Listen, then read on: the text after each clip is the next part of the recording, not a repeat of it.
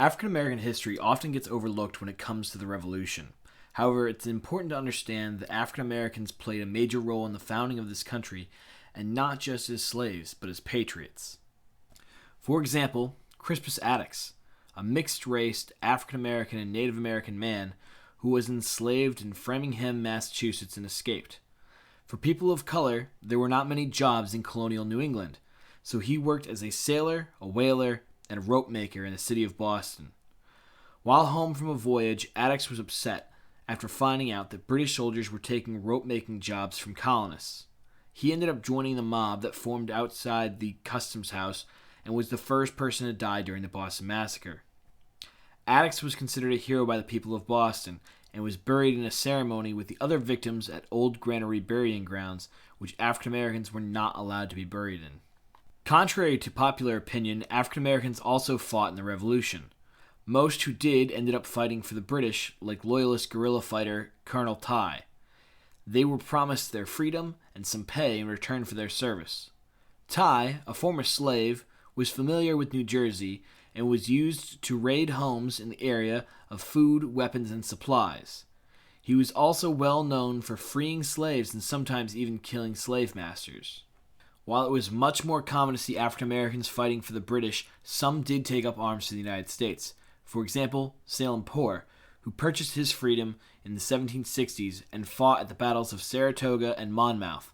He is, however, best known for his actions at Bunker Hill.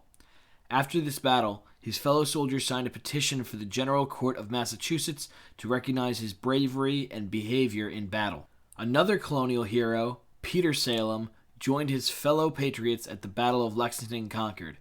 His owners ended up freeing him so that he could continue to fight. He is also alleged to have killed British Major John Pitcairn at the Battle of Bunker Hill. There was even an entire regiment of mostly African American soldiers from New England. George Washington had originally banned African Americans from service in the Continental Army, but with troops running low, the 1st Rhode Island Regiment was given the opportunity to fight for independence. The regiment was so well known for their loyalty that after the loss of their commanding officer at the Battle of Pines Bridge, it is said that numerous soldiers stayed and died protecting his body. The war was not just won by soldiers but spies as well, one of the most important being James Armistead. He was a double agent for the Patriots who pretended to be a runaway slave looking for freedom in the British Army in order to gain intelligence. The British then tried to use him as a spy against the colonists, not knowing that he was on their side. This gave him the opportunity to give the British bad information. The patriotism of African Americans was not only felt on the battlefield but in the hearts and minds of readers in the colonies as well. Phillis Wheatley, a poet, was an educated slave who wrote of independence and freedom. While it's worth mentioning that by today's standards her poetry is extremely controversial, it did help to inspire patriots to serve their country, including George Washington. These men and women often get overlooked for their achievements in the Revolution. Their bravery and sacrifice lost to history. However, in the words of Martin Luther King Jr., it is important to know that the first American to shed blood in the Revolution that freed his country from British oppression was a black seaman named Crispus Attucks. The foundation of our country includes their stories.